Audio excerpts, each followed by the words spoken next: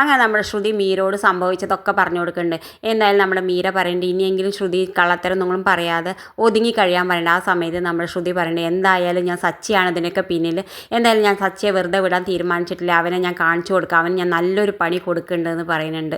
എന്തായാലും പിന്നെ കാണിക്കണം നമ്മുടെ ശ്രുതിയാണെങ്കിൽ വല്ലാതെ സങ്കടം വന്നിട്ട് എല്ലാവരുടെയും കൂടി ഇരുന്ന് മദ്യപിക്കുന്നുണ്ട്. നമ്മുടെ സച്ചിയുടെയും ശ്രീകാന്തിൻ്റെയും ഒക്കെ ഒപ്പം. ആ സമയത്ത് നമ്മുടെ ശ്രുതി പറയുന്നുണ്ട് എനിക്ക് എത്രമാത്രം സന്തോഷമായിരുന്നു അറിയോ ശ്രുതി ഗർഭിണിയാന്ന് അറിഞ്ഞിട്ട്.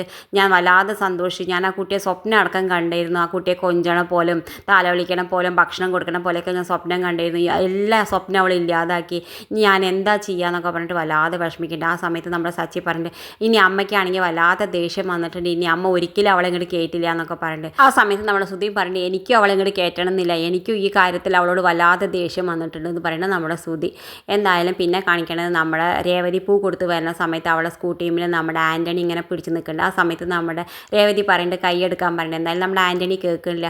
എടുത്തിട്ടില്ലെങ്കിൽ നീ എന്താടി ചെയ്യാന്നൊക്കെ പറഞ്ഞിട്ട് വല്ല അഹങ്കാരത്തോടു കൂടി പറയുന്നുണ്ട് ആൻ്റണി. ആ സമയത്ത് നമ്മുടെ ആൻ്റണിയുടെ ചെകിടത്തേക്ക് ഒന്ന് കൊടുക്കുന്നുണ്ട് നമ്മുടെ രേവതി. എന്തായാലും ആൻ്റണി അത് കേട്ടോട് കൂടിയിട്ട് നമ്മുടെ കൈയൊക്കെ വിട്ടിട്ട് നമ്മുടെ രേവതി ആണെങ്കിൽ സ്കൂട്ടി എടുത്തിട്ട് വീട്ടിലേക്ക് വരുന്നുണ്ട്. വീട്ടിലേക്ക് വന്നിട്ട് നമ്മുടെ സച്ചിയോട് പറയുന്നുണ്ട് ആ ആൻ്റണി ഇല്ലേ ഞാൻ പൂ കൊടുത്ത് വരുന്ന സമയത്ത് എൻ്റെ വണ്ടി തടഞ്ഞുകൊണ്ട് നിന്നിരുന്നു. അവനെ ഞാൻ ആദ്യമൊക്കെ മര്യാദയ്ക്ക് പറഞ്ഞു, പക്ഷെ അവൻ അതൊന്നും കേട്ടില്ല. എന്തായാലും പിന്നെ എനിക്ക് ദേഷ്യം വന്നു സച്ചിയേട്ടാ, ഞാൻ ഒന്ന് നല്ല ചെകിടത്തേക്കിട്ട് കൊടുത്തിട്ടുണ്ടെന്ന് പറയുന്നുണ്ട്. നമ്മുടെ സച്ചിക്കാണെങ്കിൽ ആകെ പേടിയാവണം, ഇനി രേവതി അവൻ എന്തെങ്കിലും കാണിക്കുമോ എന്നൊക്കെ വിചാരിച്ചിട്ട്. എന്തിനാ ഇങ്ങനെ ചെയ്തെന്ന് ചോദിക്കാനും പറ്റില്ല. അപ്പോഴേക്ക് രേവതി ആണെങ്കിൽ ഉള്ളിലേക്ക് പോകുന്നുണ്ട്. നമ്മുടെ സച്ചി ആകെ പേടിച്ച് വരച്ച് നിൽക്കുന്നുണ്ട്. അവൻ എന്തെങ്കിലും സംഭവിച്ചാൽ അവന് കുഴപ്പമില്ല, പക്ഷേ രേവതിക്ക് എന്തെങ്കിലും സംഭവിച്ചാൽ അവന് സഹിക്കില്ല. ഇത് കാണിച്ചുകൊണ്ടാണ് ഇന്നത്തെ പ്രമോ അവസാനിക്കേണ്ടത്. ഇതുപോലെ പ്രമോ വിശേഷങ്ങൾ നിങ്ങളുടെ മുന്നിൽ എളുപ്പത്തിൽ എത്താൻ ഈ ചാനൽ ഒന്ന് സബ്സ്ക്രൈബ് ചെയ്യാൻ മറക്കരുതേ.